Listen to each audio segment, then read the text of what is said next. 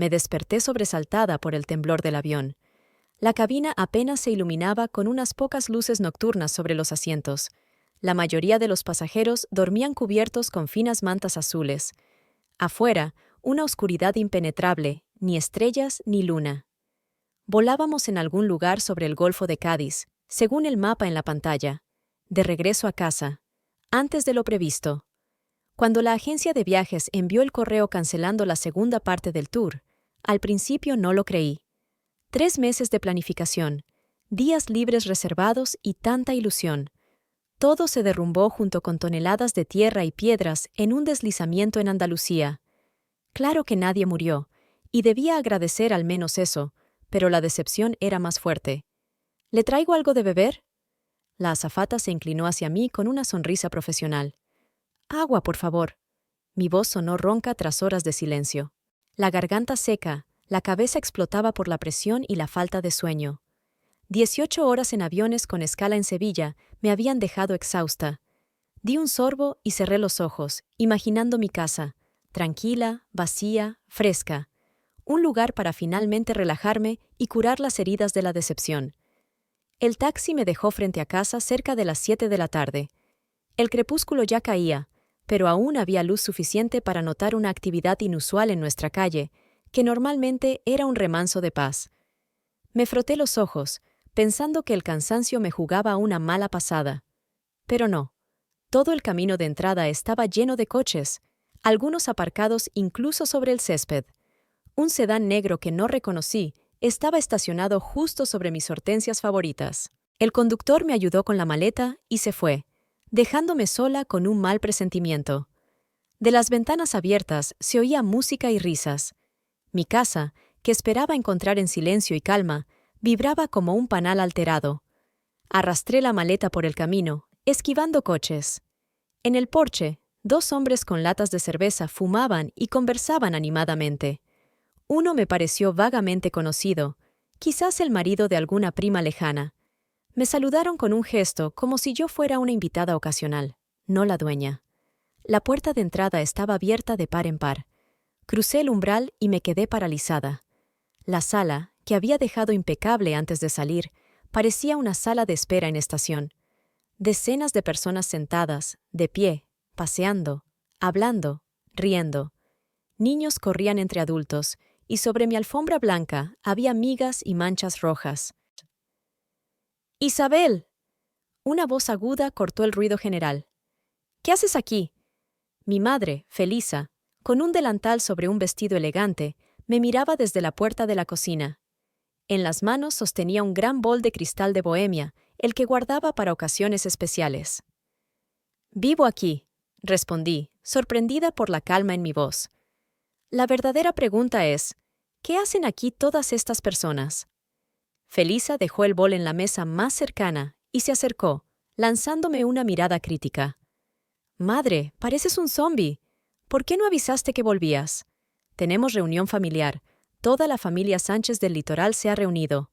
Lo sabrías si respondieras mis mensajes». Realmente había visto sus notificaciones, pero tras la cancelación del viaje no tuve fuerzas ni para abrirlas.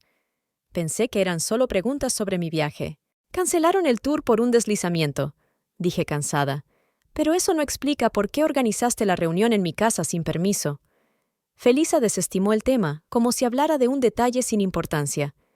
«No hagas drama. Esta es la casa de tu abuela, el hogar familiar. ¿Dónde más íbamos a juntarnos?» «Mejor ve a cambiarte, pareces una vagabunda. Y lávate la cara, por Dios». Se dio media vuelta y se fue a la cocina, dejándome con la maleta, sintiéndome una intrusa en mi propio hogar. Caras conocidas se volvieron hacia mí, algunas asintieron, otras sonrieron, pero la mayoría ni notó mi presencia y siguió charlando en voz alta. «¡Isabel!». Lucas, mi hermano menor, salió de entre la gente con una copa de vino. «¿Qué haces aquí? Debías estar en la selva 2 semanas más». Me abrazó con un brazo libre. Olía a colonia cara y alcohol. «Deslizamiento en la ruta», repetí. «Cancelaron el tour». «¡Qué pena!». No parecía muy afectado, pero al menos llegaste a la reunión familiar. Tía Marta trajo a sus gemelas, ya en la universidad, ¿te imaginas? Y el primo Rodrigo por fin se casó. Su mujer es esa rubia junto a la chimenea. Asentí, incapaz de compartir su entusiasmo. Solo quería una ducha y silencio. Lucas, estoy agotada. 18 horas en aviones. Claro, claro. Me dio una palmada en el hombro. Descansa un poco y baja. Acabo de mostrarles a todos tu nueva cocina. Están encantados con la isla. Dicen que hice un diseño genial. Mi corazón dio un vuelco. ¿Qué? Pues, te ayudé a elegir las baldosas, ¿recuerdas? Guiñó un ojo y desapareció entre la multitud antes de que pudiera replicar. Ayudar a elegir baldosas. Un paseo a la tienda que hizo porque le quedaba de camino y dijo que las grises eran aburridas. Eso fue todo. Arrastré la maleta hacia las escaleras, esquivando invitados. Una mujer de mediana edad con copa de champán se volvió hacia mí sonriendo ampliamente. Debes ser Isabel, ¿verdad? Soy Margarita, prima segunda de tu padre. Nos vimos en el funeral de tu abuela, pero seguro no lo recuerdas. ¿Qué casa tan hermosa tienes? Gracias. Intenté sonreír, pero debió parecer una mueca. Perdona, debo... Intenté escapar. Claro, claro. Hizo un gesto. Felisa dijo que acabas de llegar del avión. Estás fatal, cariño. Ve a descansar. No pude molestarme por otro comentario sobre mi aspecto y continué hacia las escaleras. Arriba estaba más tranquilo, aunque se escuchaban voces desde el primer dormitorio de invitados. La puerta del segundo estaba cerrada. Detrás se oían risas infantiles. Finalmente, llegué a mi habitación y cerré la puerta, apoyándome contra ella. Entonces comprendí que algo estaba mal. La cama estaba hecha a la perfección, no como la dejé, sino con un aire de hotel, cubrecama tensado y cojines decorativos. En la mesita había una botella de agua y un vaso. Sobre el sillón junto a la ventana había una bolsa de viaje que no era mía. El corazón se aceleró de ira creciente. Alguien no solo había entrado en mi cuarto, sino que vivía en él. Abrí el armario y encontré ropa ajena colgada entre mis prendas. En la repisa, vaqueros y suéteres doblados con pulcritud. El baño tampoco se salvó.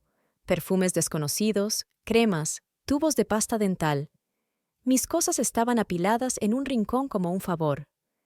Me senté al borde de la cama intentando procesar lo que veía. Mi casa había sido tomada. Mi habitación entregada a un huésped sin mi permiso. Se escucharon tacones en el pasillo y la puerta se abrió sin llamar. «Aquí estás», dijo mi madre, secándose las manos con el delantal. «¿Por qué no bajas? Todos preguntan por ti».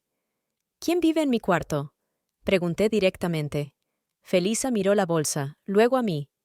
«Es Carolina, la esposa de tu tío Federico. Tienen 3 hijos y necesitaban una habitación aparte. No te esperábamos, Isabel. Si hubieras avisado...». «No tengo que avisar para volver a mi propia casa». Mi voz sonaba apagada. «Es mi casa, mamá. La abuela me la dejó a mí, no a toda la familia». Felisa frunció los labios. «Siempre has sido tan posesiva. La abuela quería que esta fuera una casa para toda la familia. Además, es solo por el fin de semana. Todo estaría limpio antes de que llegaras, ni notarías nada». Como muchas veces antes, sentí cómo mi enojo se disolvía en cansancio. Discutir con Felisa era inútil. Siempre lograba darle vuelta a la situación para que yo quedara culpable. «¿Dónde voy a dormir ahora?», pregunté. «Hay un catre en el despacho», señaló hacia la puerta. «Lucas ya lo puso cuando llegaste. Es muy atento». Casi me río del absurdo. Me habían corrido de mi habitación a un catre en el despacho y esperaban agradecimiento. «Me voy a duchar», dije sin mirarla. «No te tardes, la cena es en 20 minutos. Ponte algo decente, que es reunión familiar». La puerta se cerró y por fin exhalé. Saqué mi cepillo de dientes de la maleta y fui al baño de invitados. Único lugar sin ocupantes no invitados. El agua caliente lavó un poco la fatiga, pero no la irritación. Vestida con vaqueros y blusa limpia bajé, decidiendo que era mejor aguantar la velada que montar un escándalo. El salón se había convertido en comedor improvisado. La mesa larga estaba formada por varias mesas pequeñas, incluyendo la de mi despacho. Manteles, vajilla y cubiertos, míos, colocados por manos ajenas. «Aquí está nuestra viajera», anunció un hombre que no reconocí al principio. «El tío Federico, marido de Carolina, quien había ocupado mi habitación». «¿Qué tal Perú, sobrina?» «No lo sé. respondí sinceramente. Cancelaron el tour. Vaya, qué pena, suspiró tía Marta. Pero al menos estás con nosotros. Raramente nos juntamos todos.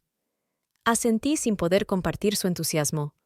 Lucas apareció con una botella de vino, sirviendo copas. ¡Ey, todos!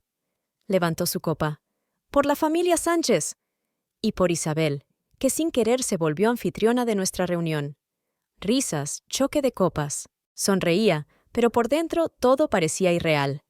Alguien preguntó por mi trabajo, otro contó sobre sus hijos. Las conversaciones giraban a mi alrededor sin tocarme.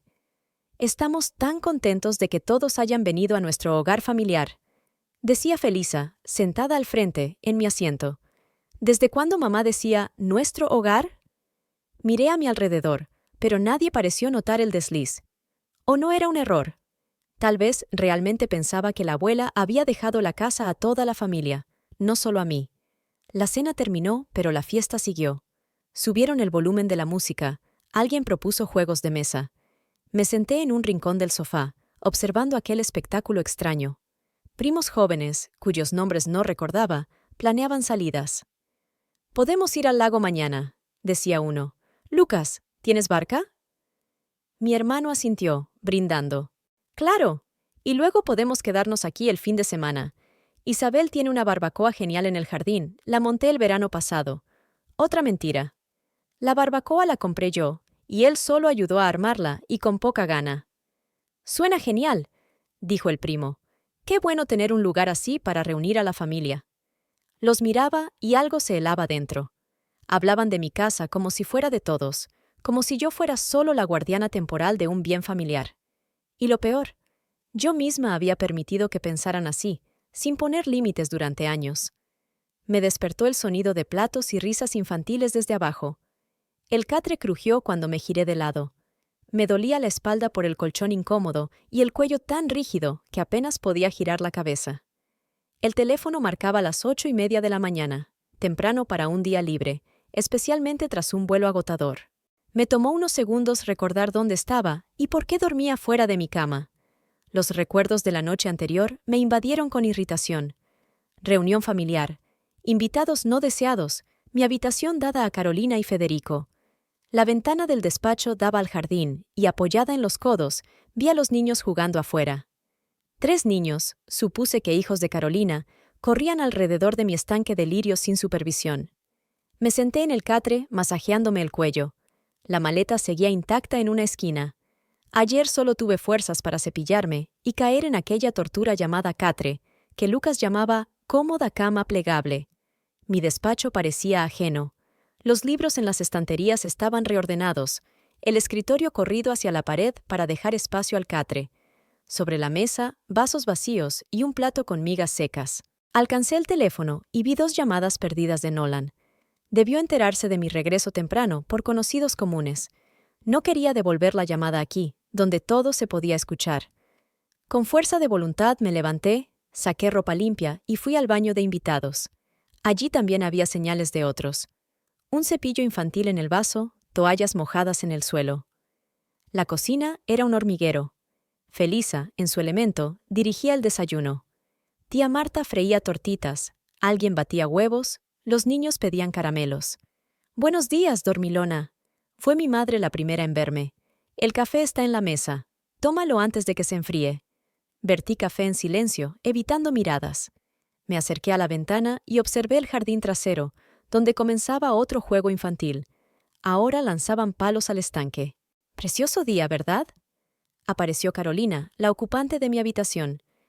«Perdona por el malentendido de ayer con el cuarto. Felisa dijo que no te molestaría». «Está bien». Mentí sin convicción, forzando una sonrisa. Volvió con los demás. Yo seguí mirando a los niños. El menor recogió un objeto blanco y alargado del suelo y lo arrojó con fuerza al agua. Algo en mí se estremeció. Dejé la taza y salí rápido por la puerta trasera. «¡Eh!», grité a los niños. «¿Qué hacéis ahí?». Se giraron con miedo, sin esperarlo. «Nada», respondió el mayor, de unos 10 años. «Solo jugando». Me acerqué al estanque.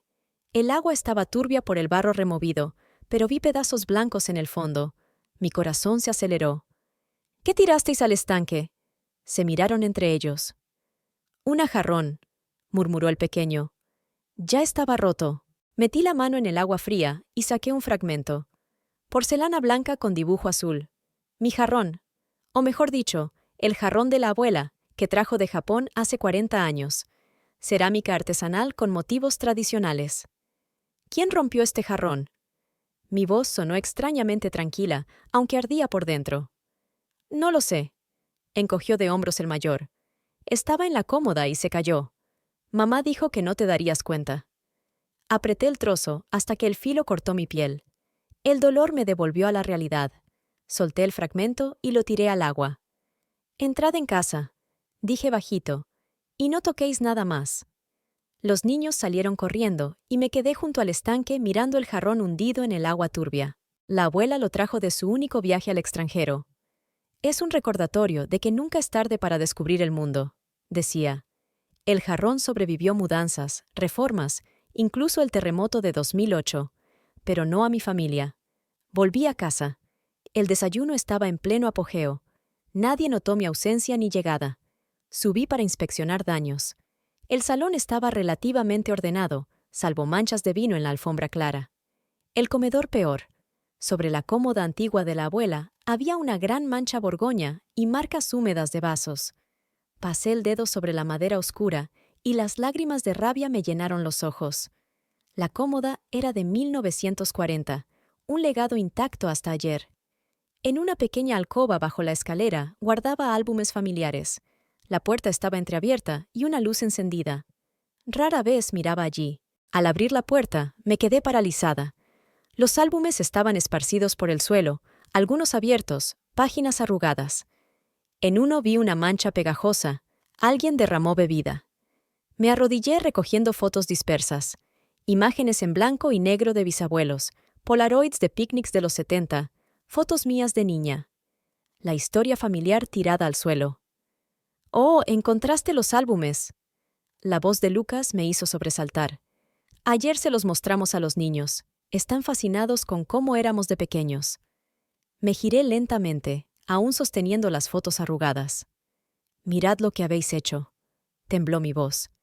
Álbumes arruinados, cómoda dañada, jarrón roto. Lucas frunció el ceño mirando por encima de mi hombro. «Venga, no es para tanto, unas manchas. Lo compensaré, lo prometo». «¿Cómo?».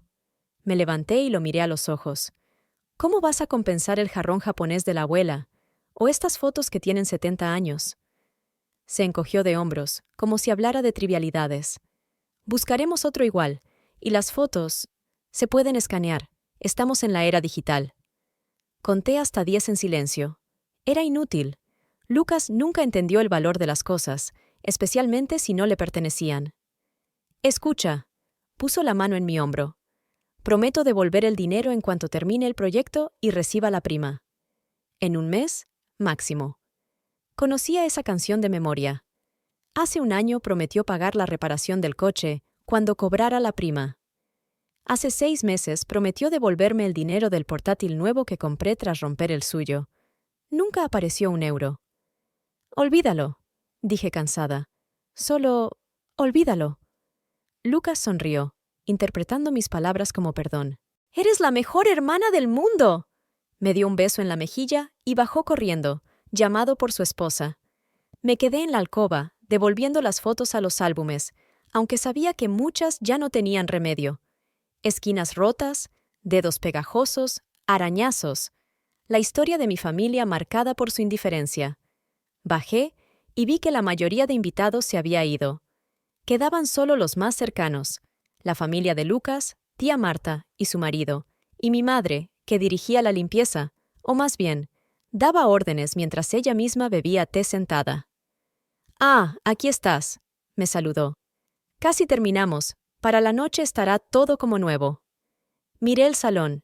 La limpieza consistía en apilar platos sucios en el fregadero y bolsas de basura en medio del cuarto. Las manchas en la alfombra y la cómoda ni se mencionaron. «¿Alguien sabe del jarrón?», pregunté directo. Mi madre frunció el ceño. «¿Qué jarrón?». «El de la abuela, el japonés, el que está roto y tirado en el estanque». Silencio incómodo. Tía Marta bajó la mirada. Lucas empezó a mirar el móvil. Ah, ese... Felisa hizo un gesto. Una baratija de tienda de souvenirs. No te preocupes, compraremos otro. Se me cortó la respiración. ¿Una baratija? La abuela ahorró 10 años para ese viaje. Ese jarrón era lo único que se trajo para ella, renunciando a otros recuerdos para ajustarse al presupuesto. Mamá sabe lo que vale ese jarrón, intervino Lucas, notando mi estado. Prometo compensarlo. Basta con ese jarrón, cortó Felisa. Tenemos asuntos más importantes. ¿Cuándo vas a limpiar la casa de verdad? Todo está polvoriento, las ventanas sin lavar meses. No respondí. Salí en busca de aire y silencio, un lugar sin invasiones. En el porche marqué a Nolan. Contestó al segundo tono. Isabel, ¿has vuelto? ¿Qué pasó con el tour? Su voz, baja y tranquila, fue bálsamo. Nolan era mi ancla en el mar tormentoso de relaciones familiares desde hacía años. Deslizamiento en la ruta, respondí bajando del porche. Cancelaron toda la segunda parte. Vaya, qué mal. ¿Estás bien? No, ¿qué tal Perú? O qué pena no ver Machu Picchu, sino si estás bien. Aquellas simples palabras me hicieron detenerme en medio del camino, parpadeando para contener lágrimas. No mucho, confesé. Volví a casa y... un circo. ¿Tu familia? Hubo comprensión en su voz. Sí, mamá organizó una reunión familiar, en mi casa, sin avisar. Nolan silbó bajo. ¿Cuánta gente? Unas 30. Se quedaron a dormir aquí. Nolan, parientes durmiendo en mi cama, y a mí me pusieron en un catre en el despacho. Silencio. Sabía que buscaba palabras. Nolan nunca decía banalidades como todo se arregla, o la familia es la familia. ¿Cómo te sientes? Preguntó al fin. Me apoyé en el manzano al borde del jardín. Como si me robaran. Rompieron el jarrón de la abuela, dañaron álbumes, mancharon la cómoda de vino. Y nadie se disculpó. Al contrario, debo agradecer que casi todo lo limpiaron. ¡Horrible!, sentenció Nolan. ¿Quieres que vaya? Sonreí al teléfono. Nolan siempre ofrecía ayuda concreta, no consuelos vacíos. Gracias, pero no. Pronto se irán. Al menos eso espero. Tras hablar con Nolan, me sentí un poco mejor. Recorrí la casa valorando daños exteriores. La parterre con tulipanes estaba pisoteada, colillas en el césped, un coche aún aparcado sobre mis hortensias. Al anochecer, la mayoría de invitados se fueron. Solo Lucas con esposa y niños decidieron quedarse para ayudar con la limpieza por la mañana. Felisa también quedó, en la segunda habitación de invitados, otra vez expulsada al catre. Al oscurecer salí al jardín buscando paz. La casa brillaba por todas las ventanas. Lucas y su esposa veían un programa en la tele. Los niños corrían por el segundo piso. Mamá hablaba por teléfono, alta, como siempre. Me senté en el banco junto al estanque, mirando el agua oscura donde se reflejaban estrellas y fragmentos de jarrón. Olía a jazmín y hierba recién cortada. Ese jardín era mi refugio desde que me mudé tras la muerte de la abuela. Allí leía, trabajaba en mi portátil al aire libre, a veces simplemente observaba pájaros y ardillas. «Hola». Una voz suave me hizo sobresaltar. Mi vecina, Paola Hamish, estaba en el camino con una bolsa de papel. Alta, con cabello corto y canoso, camiseta sencilla y vaqueros. Ex abogada corporativa que dejó su carrera hace un año para dedicarse a la pintura. Apenas nos conocíamos, solo saludos al pasar. «Todo bien». Hice un gesto invitándola. «¿Te sientas?» Se sentó junto a mí con la bolsa. «En realidad, vine a quejarme», dijo sonriendo. «Ayer fue... ruidoso». «Perdona». Me toqué la frente. No fui yo. Bueno, mi familia sí, pero no sabía que harían fiesta. Paola asintió sin sorpresa. «Eso pensé cuando te vi hoy. No pareces alguien que monta fiestas». «Nada que ver», concordé. «Debería estar en Andalucía». Andalucía», sonrió soñadora. «Estuve allí hace 5 años. Un lugar increíble». Guardamos silencio mirando el agua. Extrañamente, con esta casi desconocida, me sentía más tranquila que con mi familia. «Traje algo», me pasó la bolsa. «Pensé que te ayudaría». Dentro había una botella de buen vino tinto y una caja de chocolate caro. «Es... muy amable, pero ¿para qué?» Paola encogió de hombros. Me pareció que necesitabas apoyo moral. ¿Tu familia suele hacer eso? ¿Qué quieres decir? Organizan fiestas en tu casa cuando no estás. Sentí un escalofrío. ¿Cómo? Paola parecía incómoda, como si dijera algo indebido. Solo... Los he visto aquí varias veces en los últimos meses, cuando te ibas. Mi corazón latió más rápido. ¿Varias veces? ¿Cuándo? Contó de memoria. El mes pasado, cuando estuviste en una conferencia en Sevilla. Luego, creo que en marzo, un fin de semana. Y seguro en Navidad, cuando visitaste a una amiga en Madrid. Cada fecha fue un golpe. Estuve fuera esos días. Conferencia de ciberseguridad, viaje de trabajo, visita a una antigua colega. Y toda esa vez mi familia usó mi casa como suya. Seguimos conversando de trivialidades. El tiempo, jardinería, libros. Paola era buena conversadora, con humor sutil y sin hablar por hablar. Cuando se fue, me quedé en el banco mirando las ventanas iluminadas. Una casa que ya no era solo mía. Usada sin permiso, gobernada, considerada propiedad familiar, y yo solo guardiana temporal. Miraba aquellas ventanas y veía no paredes, sino límites transparentes que mi familia cruzaba a voluntad sin importarle mis sentimientos. Paredes de cristal que daban falsa sensación de protección. Mi casa, o mejor dicho, ya no mía. Un lugar que debía ser refugio, convertido en paso común. Las palabras de Paola resonaban. Los he visto aquí varias veces en los últimos meses, cuando te ibas. Venían cuando yo no estaba. Usaban mi casa sin preguntar ni pedir permiso. La abuela me dejó esta casa solo a mí. En su testamento decía claro: a mi nieta Isabel Irene Sánchez dejo la casa y todo lo que contiene. Recuerdo esas palabras porque eran especiales para mí. La abuela confiaba en que cuidaría la casa como ella. ¿Pero qué hice? Permití que mi familia pisoteara mis límites y la memoria de la abuela. Jarrón roto, cómoda dañada, álbumes destrozados. Y ahora supe que hicieron fiestas regulares en mi ausencia. A las 4 de la madrugada tomé una decisión. Súbita, como un relámpago. Claro y firme. Debía vender la casa. No porque no la amara, sino porque precisamente la amaba demasiado para verla convertida en propiedad común, desvalorizada y dañada. Vender y empezar de cero. En algún lugar sin esa invasión constante. Con la decisión llegó una extraña calma. Me levanté del catre, saqué el portátil y busqué información del mercado inmobiliario en Midland. Los precios subieron el último año, especialmente en mi barrio. Una casa de 3 habitaciones, gran parcela y estanque, podría valer unos 2 millones de euros, quizá más por el buen estado y reforma reciente. Decidí pedir 3 millones, un precio muy alto, casi el doble del mercado. Era una forma de ganar tiempo. Nadie aceptaría esa cifra de inmediato y tendría oportunidad de pensarlo. Pero en el fondo guardaba la esperanza de un milagro. Un comprador para quien el dinero no fuera problema. Antes de las 7 envié solicitudes a 5 agencias. A las 8, cuando la casa empezó a despertar, ya tenía 3 respuestas, todas interesadas, pero advirtiendo del precio alto. Lucas y Felisa se fueron sobre las 11, prometiendo volver el fin de semana para ayudar con la limpieza. Sonreí, sabiendo que para entonces todo sería diferente.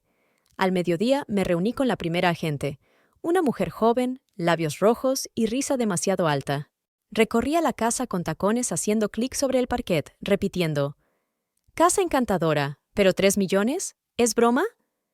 El segundo agente, un hombre corpulento de mediana edad, fue más profesional. Inspeccionó la casa con atención, midió, fotografió cada habitación. «Objetivamente, señora Sánchez, su casa vale máximo 1.700.000, quizá 1.800.000 si encuentra un amante de construcciones con carácter, pero 3 millones... Puede ponerla a ese precio, pero prepárese para esperar mucho o bajar mucho». Le agradecí cortésmente y dije que lo pensaría. La tercera cita fue por la tarde. El agente llegó 20 minutos tarde y casi cancelé cuando un sedán negro aparcó. Bajó un hombre de unos 45 años, traje formal y maletín de cuero. «Señora Sánchez», extendió la mano. «Disculpe la tardanza, soy Wilson Haley de Inmobiliaria Premium». El apretón fue firme y seco, mirada evaluadora. Entró sin esperar invitación y empezó la inspección con preguntas exactas sobre el año de construcción, materiales y servicios. Nada de comentarios sobre el precio inflado. Terminó y se sentó a la mesa de la cocina, abriendo su maletín. Su casa es interesante, dijo sacando papeles, especialmente la parcela. ¿Sabe qué ocurre en su barrio? Negué. Greenwood Inversiones está comprando propiedades en 3 calles vecinas. Planean construir un parque tecnológico. Por ahora es información confidencial, pero pronto todo cambiará. Había oído rumores sobre cambios en zonificación, pero sin importancia. ¿Y qué significa eso para mí? Hailey sonrió apenas con los labios. Que su precio de 3 millones puede no ser tan irrealista. Greenwood quiere comprar rápido todos los terrenos. Puedo organizar una reunión con su representante mañana. Tragué saliva. Mi decisión impulsiva podría cumplirse antes de lo esperado. Mañana. Es pronto. Necesito pensar. Por supuesto. Sacó tarjeta. Llame cuando esté lista. Pero no demore. Estas ofertas no esperan. Después de que se fue, me quedé horas en la cocina mirando la tarjeta. Dentro luchaban 2 sentimientos. Miedo al cambio radical y extraño, casi malévolo, placer anticipado. Imaginé la cara de Felisa cuando se entere que la casa fue vendida. La cara de Lucas al saber que ya no podrá usarla como suya. Llamé a Nolan. «Necesito consejo», dije apenas contestó. «Consejo legal». «Suena serio», sonrió en la voz. «¿Te arrestaron por matar a familiares molestos?» «No, pero es tentador», sonreí. «Quiero vender la casa». Silencio. «Vaya», finalmente. Inesperado. «¿Qué pasó?» Le conté todo. Familia usando mi casa en mi ausencia, jarrón roto, álbumes arruinados, palabras de Paola. Cómo me sentía una extraña en mi propio hogar. «Y ahora hay un comprador dispuesto a pagar 3 millones», terminé. «Una empresa que construye un parque tecnológico». «Suena sospechosamente bueno», comentó Nolan. «¿Seguro que no es estafa?» «Por eso llamo. ¿Puedes revisar los papeles? La reunión es mañana». «Claro», respondió sin dudar. «¿A qué hora?» «A las 2». «Y Nolan, no se lo digas a nadie, ¿vale? Quiero informar a la familia yo misma, cuando todo esté cerrado». La reunión con Greenwood Inversiones fue rápida y profesional. Un hombre alto, con cabello escaso, se presentó como Marcus Finch, director de adquisiciones. Revisó casa y parcela, preguntó por servicios y vecinos. «Estamos listos para comprar al precio solicitado», dijo en la sala. 3 millones, con cierre en una semana. Miré a Nolan, sentado a mi lado revisando documentos. ¿Tan rápido? Queremos resolver rápido, asintió Finch. Todo listo, solo falta firmar. Nolan levantó la mano para detenerlo. No tan rápido. Queremos revisar todo legalmente. Debo asegurar que los derechos de mi clienta estén protegidos. Finch sonrió mostrando dientes perfectos. Por supuesto. Aquí tiene copias de todo. Sacó carpeta. Podemos firmar el lunes si le va bien. Nolan pasó 2 horas revisando cada página, cada cláusula. Lo observé admirando su atención al detalle. Aunque su profesión era otra, el derecho era su pasión. «Todo está limpio», dijo al fin, sin trampas ni condiciones ocultas. «Quieren pagar 3 millones. Solo piden desalojar la casa para el viernes siguiente». «¿Una semana?» Parpadeé. ¿Tan pronto? «Tienen prisa. Parece proyecto serio», me miró Nolan. «¿Sigues queriendo hacerlo? Aún puedes echarte atrás». Miré el salón. Las paredes que vieron mi infancia. Las ventanas donde observaba las estaciones cambiar. El sillón donde la abuela me contaba cuentos. La mancha de vino que nadie intentó quitar. El espacio vacío donde estuvo el jarrón japonés. Los álbumes tirados en un cajón, revueltos por manos ajenas. «Sí», dije firme. «Quiero hacerlo». El lunes a las 9 firmé todo. A las 10:30, el dinero estaba en mi cuenta. 3 millones de euros, suma que hace una semana parecía imposible. A las 11 ya había contratado servicio de embalaje y buscado piso nuevo. No dije nada a la familia, ni a Felisa, ni a Lucas, ni a nadie. Que fuera sorpresa, como su reunión familiar en mi casa. Al empacar, separaba lo valioso para mí de lo que podía dejar. Recolecté los fragmentos del jarrón del estanque y los envolví con cuidado. Tal vez un día encuentre a alguien que lo arregle. Escaneé los álbumes y guardé copias digitales. Guardé los originales, aunque muchos estaban irreparables. Decidí llevarme la cómoda, manchas y todo. Era un recuerdo de la abuela, que vivió en esa casa más de 50 años. Felisa llamó el jueves por la noche. Lucas y yo pasamos mañana, dijo sin preámbulos. Hay algo que discutir. Bien, respondí tranquila. Os espero para comer. No dije que para entonces ya la mitad de mis cosas estaría empacada. Que lo viera ella.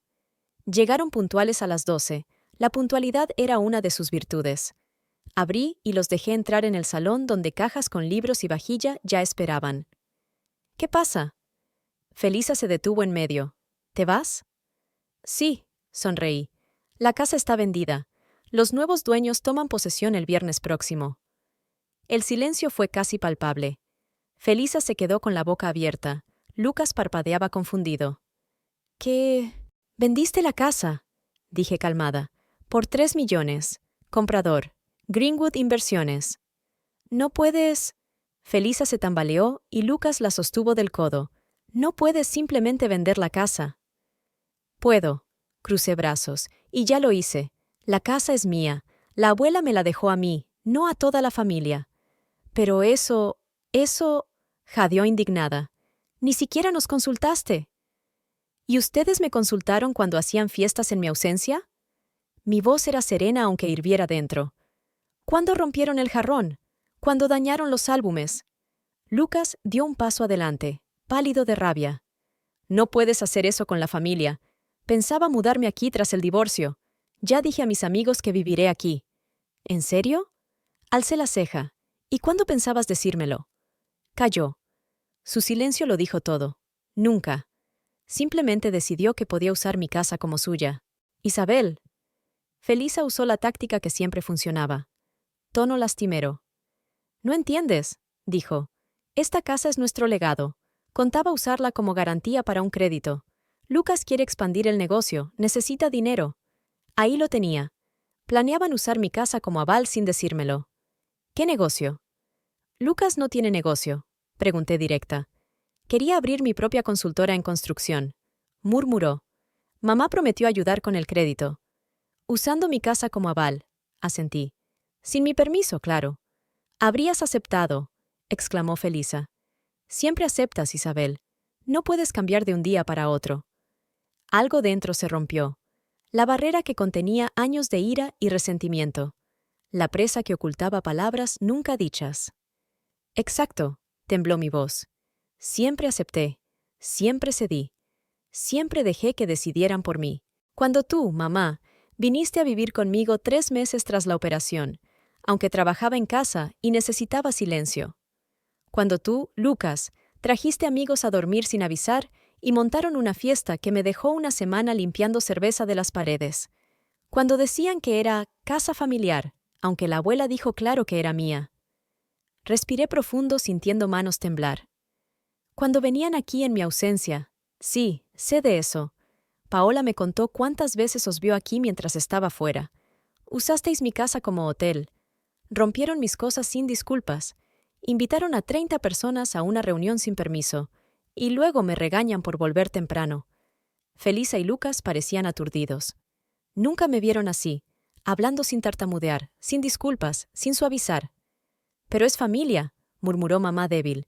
La familia siempre hace eso. No, negué. Una familia normal respeta límites. Pregunta permiso. No se usa ni se explota. Lucas apretó los puños. ¿Y dónde vas ahora? ¿Qué harás con el dinero? No es asunto vuestro, respondí. Buscaré nuevo hogar. El dinero es mío. No puedes hacer esto. Felisa pasó de la queja a la acusación. Después de todo lo que hicimos por ti. Te agradezco eso, mamá. Hablé bajito. Pero no te da derecho a controlar mi vida, mi casa, mi dinero. Entonces no eres parte de esta familia, cortó Felisa. Si no ayudas a la familia, no eres una de nosotros. Esperaba que esas palabras dolieran, pero extrañamente no fue así, como si supiera desde hace tiempo que solo valía por mi utilidad. Si familias son personas que me usan y no respetan límites, entonces no soy parte de esa familia. Me dirigí a la puerta. Ahora, con permiso, debo seguir empacando. ¿Sabéis dónde está la salida? Salieron dando un portazo que hizo vibrar los cristales. Me quedé en medio de la habitación con una extraña ligereza, como si un peso enorme que llevaba años hubiera desaparecido. 3 millones. Una cifra irreal viendo el saldo. 3 millones por una casa que amaba pese a los recuerdos dolorosos. Ahora el dinero estaba en mi cuenta, y yo en un piso extraño, rodeada de cajas, sin saber qué sentir. Una semana desde la mudanza. El piso estaba en otro barrio de Midland, al norte, en un complejo tranquilo con seguridad. 2 plantas, ventanales panorámicos, balcón con vista al parque. Lo alquilé sin pujas, contrato de 6 meses, tiempo suficiente para decidir qué hacer. El teléfono estaba en silencio. Ni llamadas de Felisa, ni mensajes de Lucas. Silencio total, como si dejara de existir cuando dejé de ser útil. No me sorprendía. Sabía que mamá guardaba rencores años y Lucas seguía su ejemplo. No les di mi nueva dirección y puse reenvío de correo para ocultar mi ubicación. No esperaba cartas importantes, solo quería asegurarme de no perder nada valioso. El viernes por la mañana, justo una semana después, sonó el timbre. No esperaba visitas. Miré por la mirilla y vi una figura conocida. Paola Hamish, mi ex vecina, estaba en la puerta con una bolsa de papel. «¿Paola? ¿Cómo...?» «Te encontré», sonrió. «Perdona la intromisión. Me preocupé cuando desapareciste. El agente inmobiliario no quiso dar tu dirección, pero vi el nombre de la empresa de mudanzas en el camión que llevaba tus cosas. Hice algunas llamadas, usé mis viejas conexiones legales». «¿Para qué?» «Honestamente», se encogió de hombros. «Ni yo sé. Solo... desapareciste después de nuestra charla, y me sentí culpable. Abrí la puerta más y la invité a entrar». «No es tu culpa. Solo dijiste la verdad». Paola me dio la bolsa. «Bollos caseros de canela. Sé que es cliché, pero siempre los hago cuando estoy nerviosa». Nos sentamos en la cocina donde ya había sacado lo esencial. Mientras servía la tetera, Paola habló del barrio. Greenwood compraba más casas, precios por las nubes. Charlamos. Primero trivialidades, luego cosas serias. Su renuncia a la abogacía para pintar, mi trabajo en ciberseguridad. Me contó de su divorcio hace 5 años, yo de mis relaciones fallidas. Paola se fue dejando su número y la invitación a visitarla cuando quisiera. Nuestra extraña amistad era lo único brillante en la monotonía nueva. El teléfono seguía en silencio. Ni una palabra de mamá o Lucas. 2 semanas después, un jueves por la noche, el timbre sonó otra vez. Pensé que era Paola para cenar juntas, pero en la mirilla vi otra cara. Felisa estaba en la puerta, y aún por el pequeño agujero se veía que lloraba. Mi madre, orgullosa de su fortaleza y que despreciaba mostrar debilidad, se veía derrotada. «¿Mamá?» «Isabel», su voz tembló. «¿Puedo entrar?» La dejé pasar en silencio. Recorrió la casa sin comentar muebles o cosas, algo inusual. Se sentó pesadamente en el sofá. «¿Cómo me encontraste?» «Nolan», respondió. «No le guardes rencor. Dije que era cuestión de vida o muerte». Quise quejarme, pero su rostro me detuvo. Estaba exhausta. Piel grisácea, ojos hundidos, arrugas que antes no notaba. «¿Qué pasa?» Felisa apretó las manos en el regazo, los nudillos blancos. «No sabía cómo decírtelo», empezó en voz baja. «No quería preocuparte. Siempre te angustias tanto. Tengo cáncer de mama, Isabel», finalmente dijo. «Diagnosticado hace 8 meses. El mundo giró a mi alrededor. Cáncer. Mi madre, siempre indestructible, estaba enferma». «¿Por qué callaste?» «No quería inquietarte», sonrió débil. «Eres tan sensible a los problemas ajenos. Además, había esperanza en tratamiento estándar». «¿No funcionó?» «No», negó.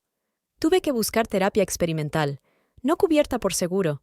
Pedí un crédito, hipotecando mi casa». La imagen se completaba. «Por eso querías usar mi casa como garantía», dije despacio. Asintió sin mirar. «Crédito al 30% anual. No quedaban opciones, los bancos negaron por mi decisión». Historial. Quedaban 420,000 pendientes, y ya debía 2 cuotas. Cerré los ojos, sintiendo un peso crecer dentro. Mi madre moría, y yo ni sabía. Luchaba contra la enfermedad y problemas económicos, mientras yo solo pensaba en mis rencores. «¿Por qué no me lo dijiste antes? Antes de vender la casa?» Felisa negó. «Orgullo, supongo. Siempre fui la que resolvía problemas, no los creaba. Y tras nuestra pelea, no creí que quisieras ayudar. ¿Y Lucas? ¿Sabe? Sí, respondió. Le conté la semana pasada cuando vi que no podía pagar. ¿Y qué dijo? Felisa sonrió amargamente. Que ayudaría si pudiera, pero está al borde de la quiebra. Su esposa pidió divorcio y quiere la mitad. Su negocio fracasó. El socio huyó con la inversión inicial. ¿Por qué viniste ahora? Pregunté directo. Levantó la mirada con mezcla de vergüenza y resolución. Porque en 3 días el banco iniciará ejecución hipotecaria. Sin casa no podré seguir tratamiento. Necesito un lugar para recuperarme. Así era. Mi madre no solo necesitaba apoyo emocional, necesitaba mi dinero, parte de esos 3 millones de la venta. Una parte de mí quería ofrecer ayuda inmediata, pagar su deuda, salvar la casa, hacer todo para aliviar su sufrimiento. Esa parte, educada en años de concesiones, buscaba resolver problemas ajenos, pero otra parte, nueva y extraña, me obligaba a observar cómo desde afuera. Veía la sinceridad en sus lágrimas. Felisa estaba enferma y asustada, pero también los patrones manipuladores. El momento elegido para confesar, la apelación a mi culpa, la súplica apenas disfrazada. No sé qué hacer, Isabel. Se limpió las lágrimas. Nunca pensé que estaría así. Siempre cuidé de ti y Lucas, siempre fui fuerte. Su voz se quebró y cubrió el rostro con las manos. La miré, sintiendo extraña distancia, como si fuera una escena de película. Mi madre lloraba, necesitaba ayuda, y yo no podía lanzarme a socorrerla como antes. Necesito pensar, dije al fin. Es mucha información. Felisa asintió secándose los ojos. Claro, cariño. Entiendo. No debí irrumpir así en tu vida. Pareció que había resentimiento en su voz. Típico de Felisa. Incluso en desesperación hacía sentir culpables a otros. Al salir se volvió, con lágrimas en los ojos. Siempre estuve orgullosa de ti, Isabel. Aunque no lo mostrara, eres la más fuerte de todas, solo que nunca lo viste. La puerta se cerró y me quedé en el recibidor, sintiendo emociones contradictorias. Compasión por mi madre enferma, ira por su silencio, desconfianza ante sus manipulaciones y miedo profundo a perderla pese a todo. Volví al salón y me senté en el sofá aún tibio por la presencia de Felisa. Cogí el teléfono y llamé a Nolan. «Le diste mi dirección a mamá», dije. «Lo siento». Había arrepentimiento. Dijo que era cuestión de vida o muerte. «No exageres», confirmé. «Tiene cáncer». «¿Maldición?», suspiró. «Isabel, lo siento mucho». Salí al balcón. Atardecía. Las farolas se encendían en el parque. Gente paseaba perros, parejas caminaban de la mano. La vida seguía, aunque mi mundo volvía a cambiar.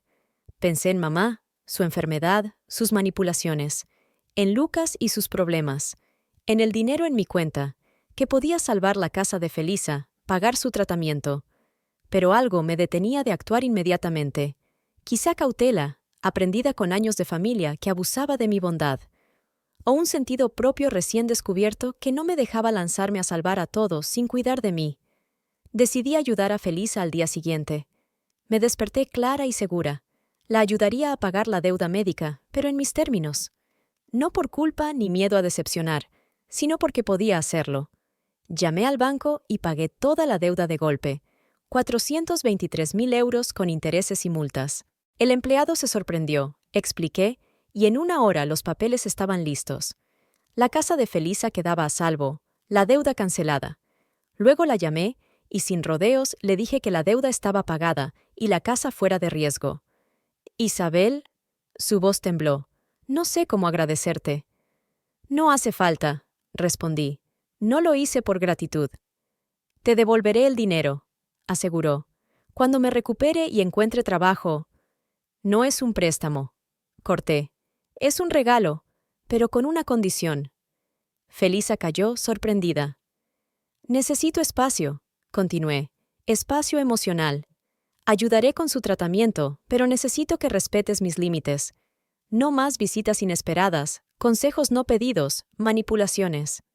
«Nunca te he manipulado», comenzó su defensa habitual. «Mamá». Mi voz sonó firme. «Si quieres mi ayuda, acepta mis condiciones.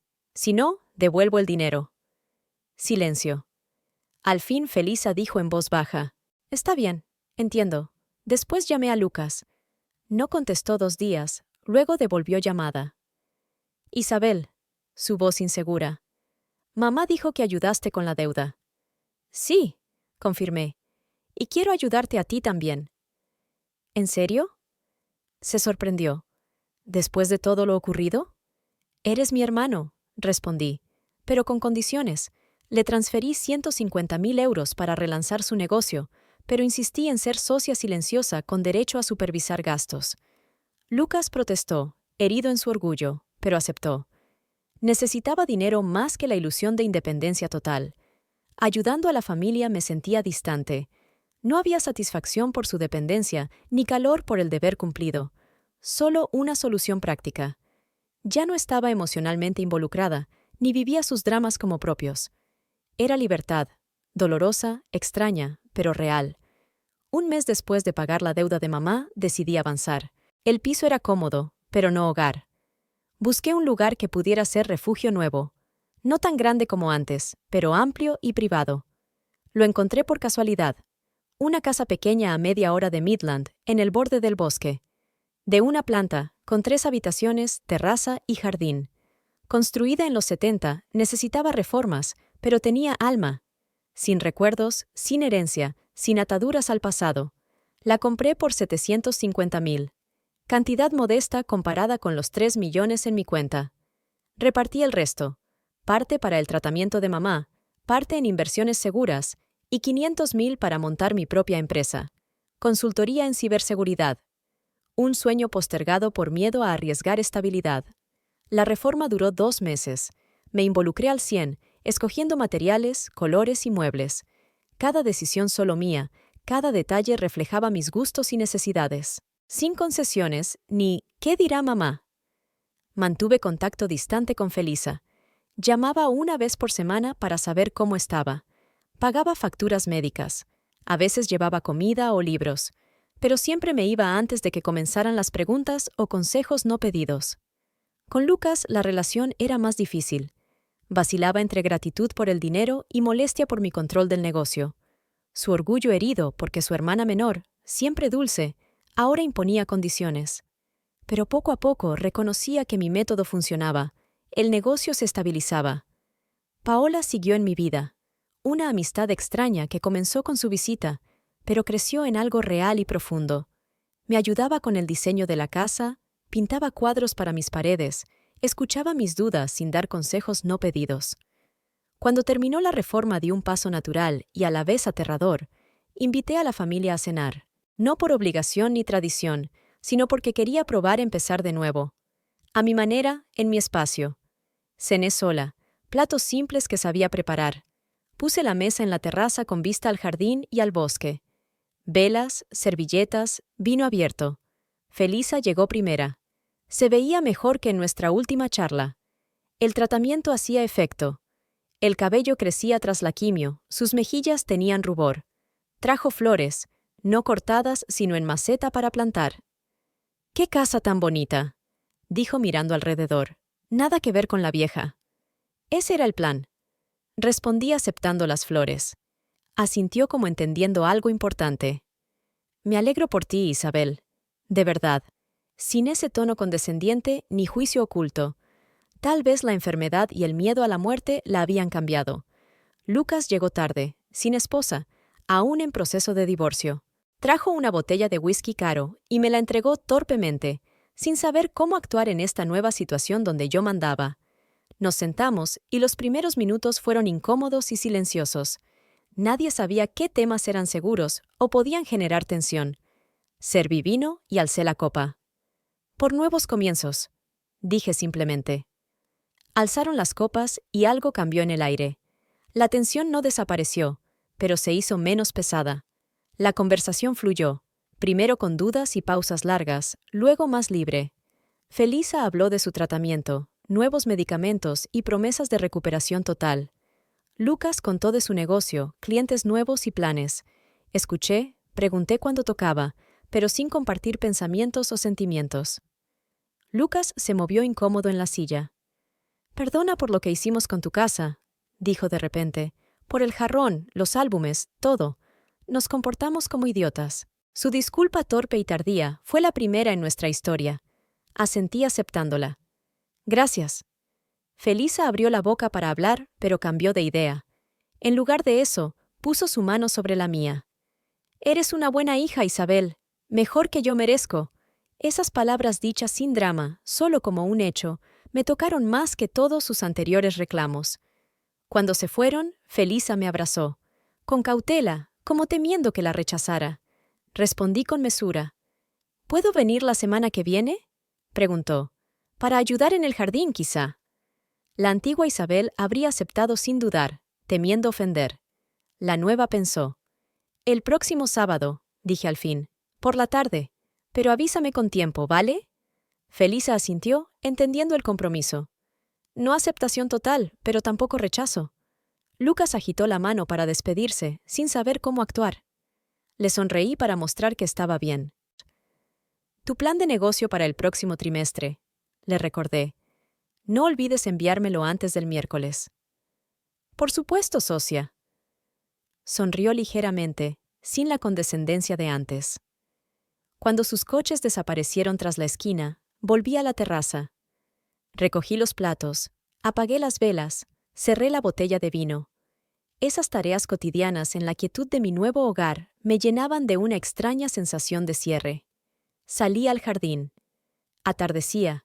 El aire olía a hierba y tierra mojada. El bosque susurraba en la distancia. El viento acariciaba las copas. Inspiré profundo y sonreí. Había perdido una casa, pero gané un hogar. ¿Quieres que te siga contando?